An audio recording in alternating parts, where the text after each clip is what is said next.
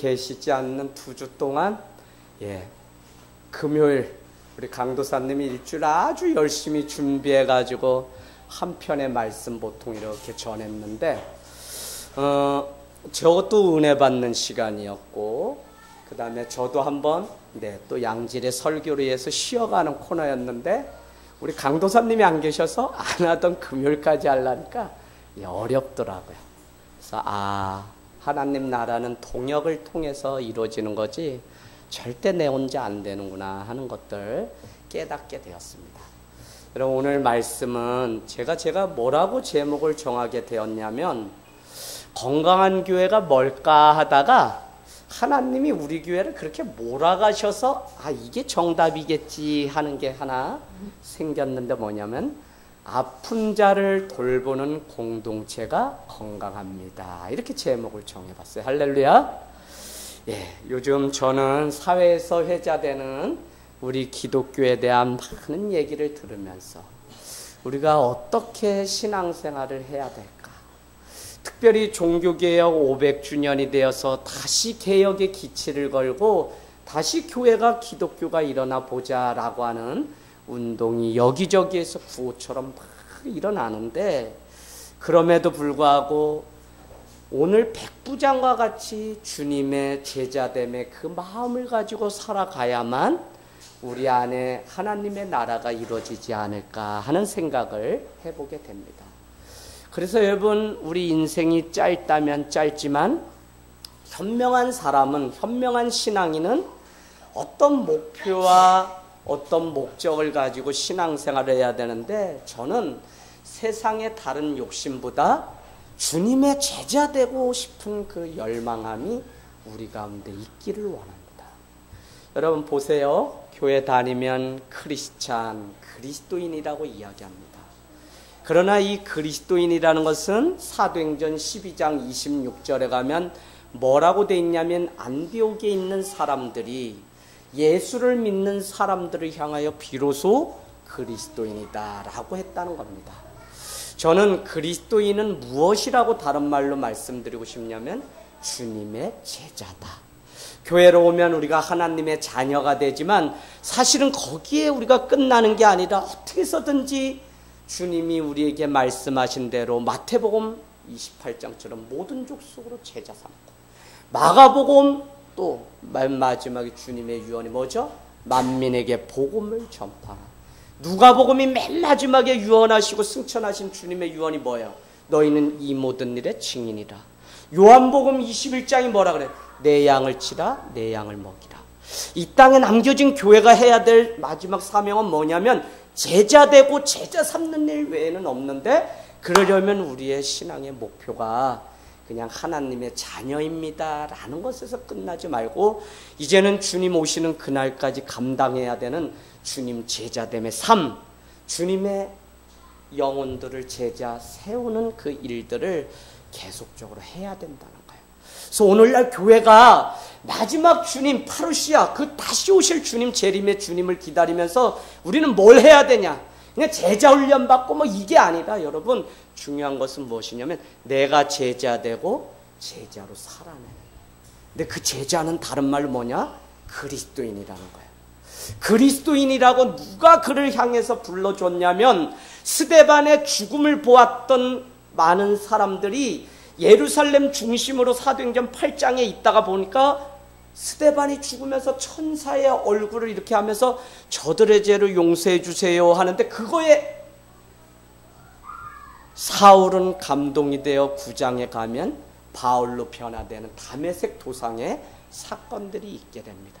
어쨌거나 그 예루살렘 중심의 사도 중심의 그 신앙은 어디까지 갔냐면 저기 안디옥 지역까지. 거기 가서도 믿음을 지키고 거기서도 예수의 제자됨을 버리지 않자 이방인이었던 그들이 뭐라고 이야기하냐? 비로소 그리스도인이라고 했다는 거예요. 여러분 크리스찬이라는 말은 정말 그냥 붙여준 교회 다니면 그냥 붙이는 그게 아니라 순교하겠다고 각오한 사람이 크리스찬이요? 그리스도인이라는 겁니다. 왜요? 스데반의 죽음을 보았거든요. 예수 믿으면 죽는 거 알아요. 그럼에도 불구하고 이 안디옥까지 흩어진 초대 교회는 그 예수 신앙을 버리지 않기 위해서 저기 안디옥 지역까지 갔어요. 거기서 붙여진 이름이 그리스도인이었다는 거예요. 그래서 여러분, 이 마지막 때 우리가 어떻게 하면 기독교가 새로워질 수 있을까 하는 고민을 한다면 우리는 주님의 제자로 살고 주님의 제자된 공동체로서 교회가 존재해야 된다는 분명한 이 목표를 우리가 잊지 말기를 원합니다. 할렐루야. 그래서 여러분, 오늘 직장으로 가든지 어디로 가든지 여러분을 왜 부르시고 왜 오늘 우리가 예배드리고 말씀을 나누냐? 사실은 주님의 제자됨을 우리가 그러려면 무엇이 분명히 있어야 돼요? 우리 장혜자 집사님. 오케이. 자기의 신앙 고백이 분명치 않으면 안 돼요. 초대교회가 교회됨을 유지했던 것이 무엇이냐? 자기의 신앙 고백. 오늘날 많은 사람들이 시대가 악하기 때문에 무엇이 그러기 때문에 군대 가니까 뭐 술 안 먹으면 때리니까 뭐 교회 가면 맞으니까 많은 이유들이 있어요. 그러나 여러분은 마지막 때 누가 그리스도인으로 그 삶을 살고 주님께 인정받냐? 분명한 자기 안에 신앙 고백, 나는 예수 안에서 주님의 제자로 살겠습니다는 고백이 있을 때 우리는 내게 주어진 그 길을 갈 수 있다고요. 그래서 여러분은 가정주부로 있든지 무엇을 하든지 여러분은 그 일을 통해서 우리가 주님의 제자됨의 삶을 위해서 주님이 맡겨주시고 하라고 한 것이지, 그냥 우리가 그냥 이 세상에 와서 교회 다니고 그냥 이러다가 말라고 우리에게 신앙생활 하라는 게 아니에요, 여러분. 이 사복음서는 우리에게 맨 마지막 승천하신 주님이 내가 다시 온다고 하시면서 명령하신 게 뭐냐? 제자되고 제자 삼으라는 거예요. 모든 족속으로 제자 삼으라는 거예요. 만민에게 복음 전파라는 거예요. 이 모든 일에 너희는 증인이 되라는 거예요. 내 양을 치라, 내 양을 먹이라. 그 일을 위해서 무엇이 필요한 거예요? 사도행전에 보니까 결국은 우리가 각오하고 우리가 신앙생활하고 우리가 뭘 한다 그래서 되는 게 아니라 1장 4절로 가보세요. 사도행전 1장 4절. 여러분이 이 원리를 정확히 아셔야지 그냥 제자훈련 받았다 해서 제자 사는 거 아니에요. 1장 4절. 승천하시는 주님을 통해서 무슨 말씀이 임하냐면 하나님 나라의 일이 이제 어떻게 펼쳐질지를 보여줘요. 그 사도행전은 다른 말로 하면 뭐냐? 하나님 나라의 일이 어떻게 이 땅 가운데 펼쳐지는지. 지금 교회를 통해 사도행전 후서를 쓰는데 우리가 무엇을 하는 거냐? 하나님 나라의 일을 해요. 그래서 여러분 사도행전 28장 맨 끝으로 가보세요. 32절인가 33절. 결국 사도 바울은 이 사실을 알기 때문에 그는 다른 것을 한 게 아니에요. 맨 마지막 28장 끝에 가보세요. 우리 크게 한 목소리 2절 읽겠습니다. 로마에 온 이태 동안, 거기서부터 시작.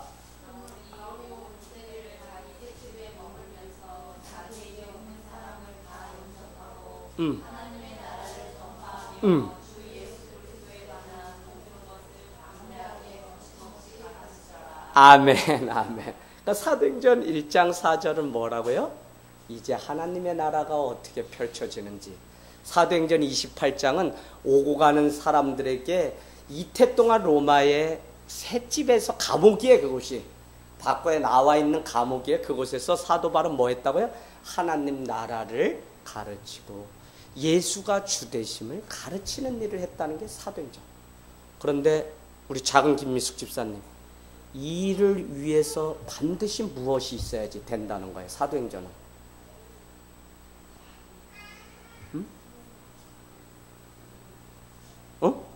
무엇이?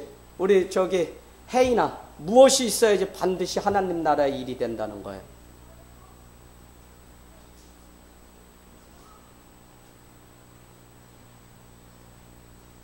혜정이 뭐? 사도행전. 예. 약속하신 것을 기다리라. 좋아요. 그거보다 더 중요한 거. 사도행전을 다른 말로는 복음행전, 성령행전이라 그래요. 뭐가 있어야 돼요? 성령. 그래서 뭐요? 1장 8절이 그래서 중요해요. 누가복음이 마지막 명령이 뭐였다고요? 누가복음 가보세요. 맨 마지막 유언은 여러분은 이 모든 일에 증인이 되셔야 됩니다 하고 증인된 삶에 대해서 요구를 했어요. 그런데 사도행전을 지었던 그 누가는 보세요.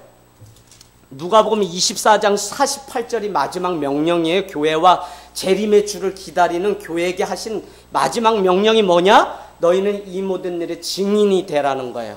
이 모든 일의 증인이 되는 게 안전 뭐가 되는 거예요? 뭐로 사는 거예요? 주님의 제자로 사는 삶이라고요. 제자 되고 제자 삼는 일. 그 누가가 사도행전도 지은 저자인데 누가는 하나님 나라의 일이 어떻게 펼쳐진다 그래요? 1장 8절이 중요해요. 여러분은 성령을 받고 권능을 얻은 후에 한번 같이 하겠습니다. 시작. 온 유대와 사마리아와 땅끝까지 이르러 내 증인이 되리라. 그래서 누가는 계속 누가복음도 그렇고 사도행전도 증인된 삶에 대해서 강조해요. 그게 뭐냐? 주님의 제자로 사는 삶이다. 그러려면 장혜자 집사님이 아까 말씀하셨던 오늘날도 자기 안에 자기 신앙의 정확한 고백이 있어야 돼. 그거를 초대교회는 모이면 간증하고 나누는 일들을 했다는 거예요. 그래서 여러분 분명한 건 위루겐 몰트만이 말했지만 오늘날 위기는 다른 게 아니라니까요. 무슨 직장이 이래서요. 제가 이래서요. 우리는 이유는 많아요. 근데 여러분 뭐가 분명하지 않기 때문이냐면 환경 때문이 아니라 내 신앙, 오늘 내가 만난 예수에 대한 분명한 신앙이 고백이 없기 때문에. 그래서 여러분께 계속 간증한 또 신앙 고백하자고 원하는 게 뭐냐면 그게 없으면 살 수 없기 때문에. 그래서 오늘 나의 나되게 하는 것은 무엇이냐? 내가 분명한 신앙 고백을 가지고 살아가면 우리는 마지막까지 그것을 지킬 수 있지만 우리가 그냥 시대와 타협하고 그냥 그렇게 살아가면 우리 신앙조차도 지키지 못해요. 연희야, 신앙을 다른 말로 너 뭐라 그래? 하나님 믿는 거야. 그런데 더 중요한 거, 신앙은 죽은 믿음이야? 살아있는 믿음이야? 살아있는 믿음. 살아있다는 거는 장혜자 집사는 어떻게 해요? 특징이 뭐예요? 계속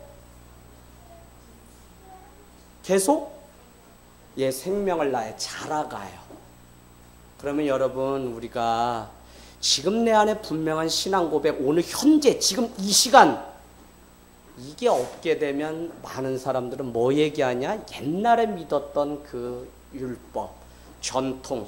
여러분 원래 복음을 우리가 알았는데 이거를 계속 오늘 내가 만난 하나님의 은혜로 체험해서 고백하는 것이 되지 않으면 이것이 바로 유대의 장로들이 고백하고 가르쳤던 전통에 불과한 것으로 되고 때가 되면 이것이 율법이 돼서 다른 사람을 정죄하게 돼요. 그러면 혜정아, 오늘 만난 하나님이 내게 분명히 있어야 돼. 그죠? 이게 없게 되면 우리는 군대 가서요, 아이고 주일날 눈도 오고 하는데 어떻게 우리가 교회가 못 간다니까요. 그래서 여러분 중요한 게 우리는 목에 칼이 들어와도 내가 응급실에 가도 뭐 가도 나는 하나님이 나의 주인됨에 대한 분명한 신앙 고백, 제자로서 살아가는 이 고백이 있을 때 우리는 이 마지막을 승리할 수 있다는 것입니다. 여러분 오늘 백부장은 다문화, 다인종, 다국가 사회에 있는 사람이에요. 그는 뭐예요? 로마의 그 백부장입니다. 그런데 문제는 뭐냐? 로마인과 이 유대인 안에 권력과 싸움이 한창 있을 때에 이 로마 백부장은 자기 밑에 있는 누구요? 종, 하인이 아픈 것을 보고 그를 긍휼히 여기고 그를 살려주려고 했다는 겁니다. 그래서 백부장은 뭐 대단하냐? 아니요. 100명의 병사를 거느리는 하급장교에 불과합니다. 그럼에도 불구하고 그 100여 명의 사람들 중에 유대인, 자기와 피가 섞이지 않은 그 유대인의 아픔을 외면하지 않고 자기가 돌보고 함께했다고요. 그래서 제가 아픈 자를 돌보고 함께하고 기도하는 그 공동체가 건강하다는 이야기를 제가 괜히 하는 게 아니라 말씀에 따라서 오늘 같이 드리는 것입니다. 여러분 오늘 백부장에게는 첫 번째 뭐가 있었냐? 종을 사랑하는 마음이 있었습니다. 자신의 부와 권력을 자랑하거나 내세우지 않고 한낱 비천한 자기의 부와 장수에 불과했던 그를 향한 사랑이 있었어요. 종이 병에 들어서 그가 아프게 되자 사랑으로 보살펴주고요. 급기야는 그를 고쳐주기 위해서 유대 장로들을 예수님께로 보내게 되는 것이 오늘 말씀에 나옵니다. 여러분 가만히 보세요. 지금 유대 사회 이스라엘에 누가 와가지고 점령하고 있어요? 로마가 와서 점령하고 있어요. 그러면 유대인들은 계속적으로 항거할 테고 이 로마의 백부장은 그 백성들이 일어나지 못하도록 어떻게 해야 돼요? 계속 누르는 일을 해야 돼요. 그죠? 못 움직여 데모하지 못하도록 계속 눌러야 되는데 그러면 서로 갈등과 대립의 관계인데 오늘 그럼에도 불구하고 이 백부장은 그 하인을 향해서 끔찍하게 사랑하는 그 마음이 있었다는 거예요. 저는 오늘 말씀 준비하면서 우리 이수건 집사님이 문득 생각나더라고요. 동네 할아버지한테 받은 거 없어요. 뭐 한 거 없어요. 그러나 자식 없이 그렇게 살아가시는 분. 언제부턴가 돌보다 보니까 갑자기 또 급성 간암이 오셨어요. 그러니까 매일 저녁 밤마다 올라가서 어쨌거나 손잡아 주셔. 제가 더 깊이 오늘 우리 김미숙 집사님하고 얘기 들어봤더니 뭐 이렇게 기회가 되면 복음도 전하고 좀 하고 싶은데 할아버지가 하나님 얘기는 전혀 하지 말라고. 근데 괜찮아요. 왜요? 할아버지가 하나님은 거부해도 집사님의 사랑을 받게 되면 그는 조금씩 마음의 문이 열리고 아, 예수를 믿는 사람들은 이렇게 살아가는 거구나 하는 주님의 제자가 무엇인지를 볼 수 있다고요. 여러분 말씀의 종교에 말씀이 중요해요. 그러나 말씀으로 이렇게 되는 사람이 있는가 하면 어떤 사람은 감성가, 어떤 사람은 예수님이 많이 하셨던 손얹음, 손잡음이 그에게 복음으로 더 다가올 때가 있어요. 그래서 우리는 기도하면서 이분에게 직접 말씀 전하는 일이 중요한지 아니면 우리가 가서 손을 잡는 일이 중요한지. 제가 우리 동네에 몇 년 전에 목사님 죽고 싶어요. 그래서 제가 한밤에 주일 새벽 1시에 우리 사모님이 목사님 주일 사역인데 힘들어요. 당신이 그러는 건 알지만 청년 때나 그렇게 하지 이제는 하지 않았으면 좋겠어요. 어떻게 해요? 자살하고 죽겠다는데. 그래서 제가 찾아 나갔더니 아 목사님 죽기 전에 나 오중 해접시 안 접시 나 대접하고 죽을라 그래요. 그러면서 이야기. 그 뭐 새벽 3시까지 듣고서 와서 주일 지킨 적 있어요.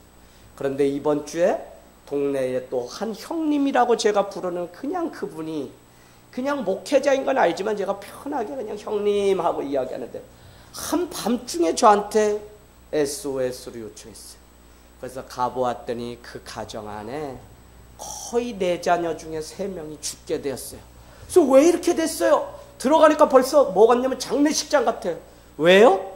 각 방마다 애들이 잠잘 때마다 가위가 눌려서 찬송가를 틀어놨는데 찬송가로 들리지 않고 장송곡으로 제기에 들려요. 아니 중2, 중1, 4학년, 3학년 이 아이들이 뭐가 힘들어서 이렇게 가위에 눌렸을까? 제가 너무 안타까워서 그 가정에 들어가서 그 아이들 그냥 손을 잡고 기도해주고 나왔어요.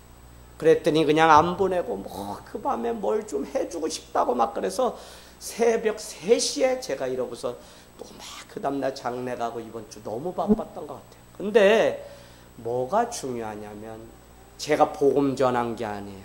저는 사랑으로 손잡음으로 그에게 때가 되면 하나님이 그 영혼을 건지실 것을 믿고 그냥 그렇게 다가갔다는 것입니다. 여러분 우리가 생각할 때 사랑을 받아줘야지 하지라고 우리는 이야기하면서 때로는 사랑할 기회를 내가 차단할 때가 있어요. 아무리 해도 저 사람이 받아주지 않는데 어떡하냐고 말할 때가 있다고요. 지금 백부장이라고 하는 이 사람의 사랑은 자신을 받아줄지 안 받아줄지 모르는 그 상황 가운데서도 자기의 하인을 살리고 싶은 그 사랑밖에 그에게 없었다는 것입니다. 그래서 백부장이 보여주신 것이 결국은 예수의 사랑이요, 결국은 십자가의 사랑이라는 거예요. 그래서 우리가 뭐 해줄 수 있는 게 없어요. 그냥 제가 이번 주 깨달은 것 한 가지 뭐냐면 가장 힘들고 가장 어려울 때 기억나는 동네 아저씨가 되어주자. 그게 저는 목회라고 생각해요. 가장 힘들고 가장 어려울 때 기억나는 목회자가 되자.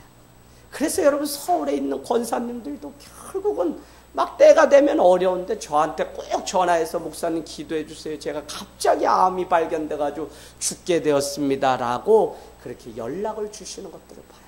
저 우리 김미숙 집사님이 학교 강의 갔다 오는데 전화가 왔어요. 목사님 시간 있으세요? 아이고 없어도 만들죠. 왜요? 집사님이 그래도 목사인 저를 그래도 편하게 생각하시고 병원에 같이 가자고 찾는다면 저는 감사해요. 우리 집사님이 저를 사랑하는 뿐만 아니라 그래도 어려울 때 기억나는 목회자가 나라는 네, 맞나요 집사님? 네, 맞대요. 집사님 막 그 다음날 막 살아나고 얼마나 제가 감사했는지. 집사님 오늘 병원 마치고 이제 집에 가면 쉬세요. 뭐라 그러신지 아세요? 목사님 제가요 10몇 년 전에도 죽을지언정 이 사무실에 누워서 예배를 드리고 그러면서 살아났는데 이 일로 내가 아니요 목사님 저 죽어도 교회 가서 죽을 거예요. 앉아 있더라도 저 교회 가서 기도할 거예요.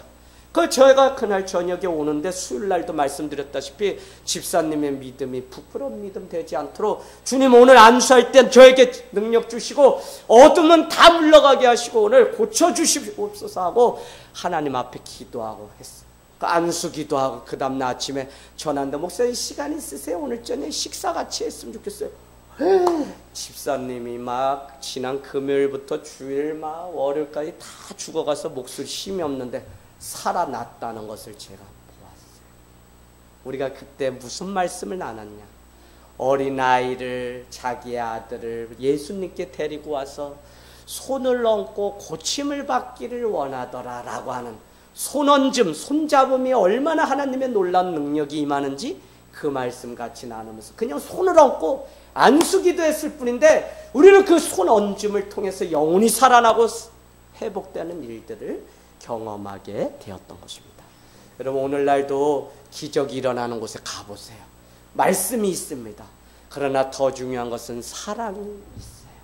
제가 홍익병원에 갔어요. 홍익병원. 그래서 5년을 말씀을 전하는데 말씀이 끝나면 수간호사 되시는 분들이 목사님 몇 호실에 가서 기도해 주세요. 목사님 몇 호실로 가서 기도해 주세요. 너무 힘들어요. 말씀 끝나고 막 몇 곳에 가서. 근데 제가 뭐에 감동을 받았냐면 이분들은 간호사로 돈을 벌기 위하여 이 홍익병원에 취직한 직업인이 아니라 선교사로 파송받아서 죽어가는 환자를 살리기 위해서 온 주님의 제자구나 하는 사실을 깨닫게 되니까 제가 그 자리를 회피할 수가 없었어요. 할렐루야. 지금도 사랑이 있으면 그곳에 놀라운 능력이. 김미숙 집사님요. 제가 홍익병원에서 놀라운 일 2가지 체험했다는데 기억나세요? 제가 한 10번을 했기 때문에 이제 교회 다니셨으면 다 기억하셔야 돼요. 기억나세요? 한 가지만. 네, 사모님 스님. 목사님 기도해 주세요. 막 올라갔어요. 그랬더니 모자를 탁 벗었는데 머리에 참기름 발라놓은 분이 딱 있는데 알고 봤더니 스님이에요. 마지막 암으로 인해서 곧 죽을 짓게 되었는데 거기에 손을 얹으니까 막 가슴이 뜨거워져요.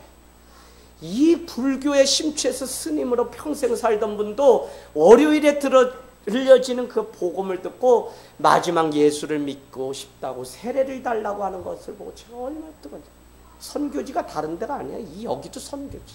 또 한 번은 또 기도해달라 그래요. 그래서 올라갔더니 또 무슨 일 있나 했더니 여러분 환자를 위해서 기도하면 그만큼 제가 아파요. 저는 모르겠어요. 하나님이 저한테 저 사람이 간이 아프다고 해서 기도하면 저 어떨 때는 일주일 제가 밥 못 먹을 정도로 그래서 기도하는 게 막 제가 두려울 때가 있었던 적도 있어요. 하나님이 신유의 은사, 귀신 내어 쫓는 은사 이런 것도 저한테 분명히 말씀 가운데 주셨는데 제가 너무 두려워서 잘 사용을 안 했던 적도 있어요. 딱 올라갔더니 그분이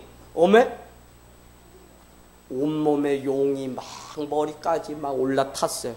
그래서 제가 어떻게 된 거예요? 그랬더니 죄수로 까목수에 있는데 암이 발견돼서 사복 입은 경찰이 수갑 사지를 다 그 침대에다가 수갑을 채워놓고 그러고 밖에서 지키는 그 사람이었어요.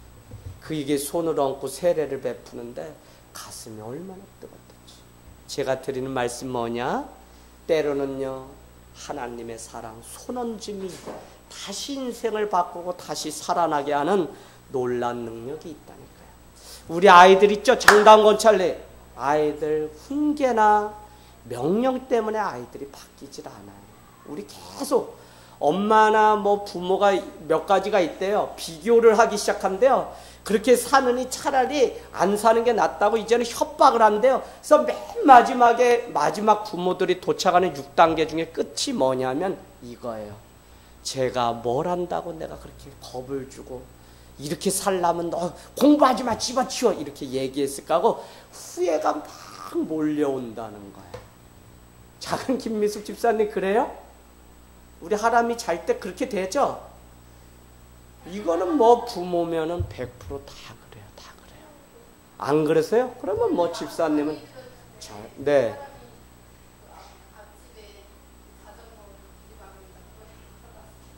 네. 그래가지고 가르치고 막 얘기를 해줬는데 또 그때뿐이지 하람이는 또 춤추고 천국 백성이 됐죠?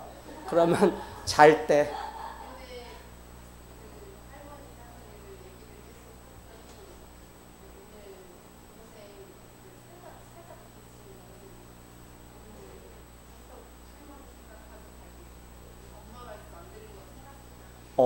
그렇게 얘기해요? 그래요. 그래도 집사님이 사랑으로 했으니까 아이가 그렇게 얘기한 거지.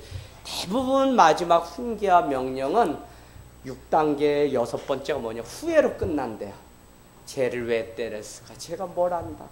에이구, 그래도 하나님이 저 연이 나인데 줬는데 저 연이를 뭘 저 어린애가 잘못했다고 저를 때려놨을까? 후회가 막 몰려온다는 거예요. 그래서 제가 드리고 싶은 것은 누군가 인생이 바뀌는 것은 명령이나 훈계가 아니라 결국은 사랑으로만 바뀌어요. 혜인아, 나는 너가 있잖아. 정말 주님의 제자 되려고 지금 훈련받고 3년 이제 곧 앞두고 있는데 수료를 정말 이 마지막 21세기에 하나님이 사용하시는 사랑의 사도 요한과 같은 사람이 되기를 원합니다.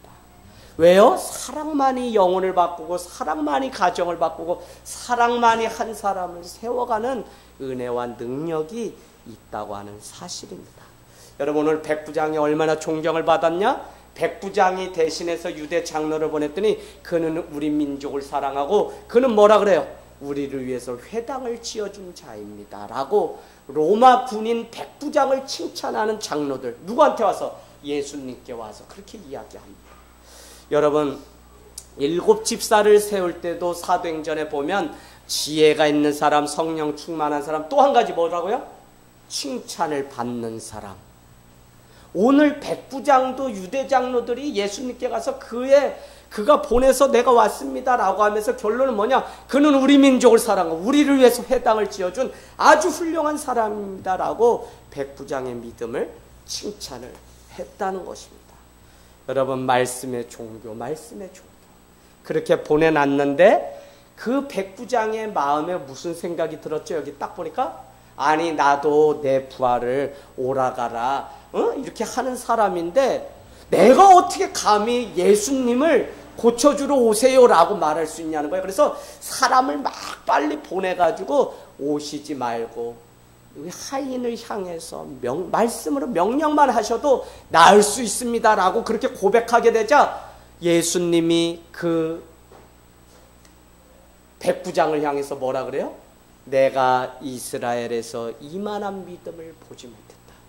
그래서 여러분 혜인아 믿음 중에 몇 가지가 성경에 막 나오지 여기에는 이만한 믿음이 나와. 이만한 믿음. 우리 야고보서에서는 무슨 믿음이 나왔어요? 행함이 없는 죽은 믿음이 나와요. 또 겨자씨만한 믿음. 내가 세상 끝날에 너희의 믿음을 보겠느냐. 믿음 보신다는 거예요. 근데 이 믿음도 우리 믿음이면 살아있는 믿음이어야 돼. 죽은 믿음이 있다고 이렇게 말해요. 근데 오늘 예수님은 백부장을 향해서 이렇게 이야기합니다. 말씀만 하셔도 하인이 낫겠습니다 라고 했더니 내가 이스라엘에서 이만한 믿음을 보지 못했다고 결국은 그의 믿음을 칭찬하는 것을 보게 됩니다. 여러분, 저는 그냥 말씀을 마칠게요. 마치면서 오늘날 의사가 의술을 베푸고 다 모든 일들을 해요. 그래서 의사가 이렇게 최종 진단을 내렸다는 거예요. 그러면 사람들이 의사의 말을 신봉하고 믿어요. 그런데 한 가지를 여러분이 꼭 놓치지 마세요. 아무리 시대가 좋고 병을 다 고치는 시대가 돼도 예수님은, 성경은 뭐라고 얘기하냐면 Jesus answer, 예수 그리스도만이 해답이요 응답입니다 라고 하는 그것을 우리에게 주셨다. 그래서 아프면, 문제가 생기면 우리는 응답해 주시고 답이 되시는 주님 앞에 기도도 해야지. 의사가 고쳐주겠지 하고 그날부터 모든 것을 다 접으면 여러분, 수요일에 제가 돌아가서 얼마나, 제가 페이스북에도 썼는데 제 가슴이 뜨거웠는지 몰라요. 예배 마쳤어요? 우리 백희숙 성도님이 남아서 이런저런 이야기하는데 놀래버렸어요. 제가 여러분께 뭐라고 기도하자 그랬어요? 췌장암 초기입니다. 여러분 기도해 주세요. 이렇게. 왜? 오실 때 이제 암이 발견됐어요. 이제 하면 낫죠. 뭐 이제 고침 받아요, 목사님. 전 췌장암이란 얘기만 들으면 두렵거든요. 왜? 고치지 못해. 수요 은혜 예배 끝났는데 목사 막 우세요. 우시면서 뭐라네? 목사님, 저는 췌장암 말기고요. 간까지 다 퍼져서 이제 2달밖에 살지 못한다는 시한부 인생인데 6개월을 지금 더 살고 있네요. 하나님이 반드시 고쳐주실 것을 믿습니다라고 그렇게 고백해요.